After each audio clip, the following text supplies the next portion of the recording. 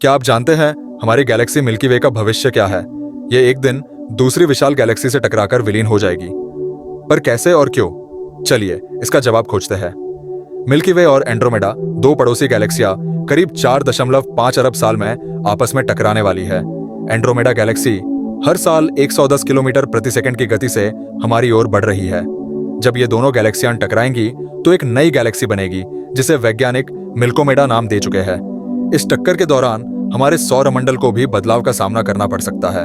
हालांकि वैज्ञानिकों का मानना है कि तारे आपस में नहीं टकराएंगे, क्योंकि गैलेक्सियों में बहुत ज्यादा खाली जगह होती है। ये टकराव न सिर्फ हमारी गैलेक्सी का स्वरूप बदल देगा, बल्कि यह ब्रह्मांड के विकास को भी एक नई दिशा देगा। ये प्रक्रिया करोड़ों वर्षों तक चलेगी और इसके दौरान अद्भुत खगोलीय घटनाएं होंगी।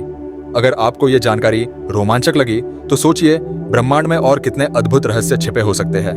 ऐसे और भी रोचक तथ्यों के लिए चैनल को सब्सक्राइब करना ना भूलें, ताकि आपसे कोई भी खगोलीय तथ्य छूट ना जाए।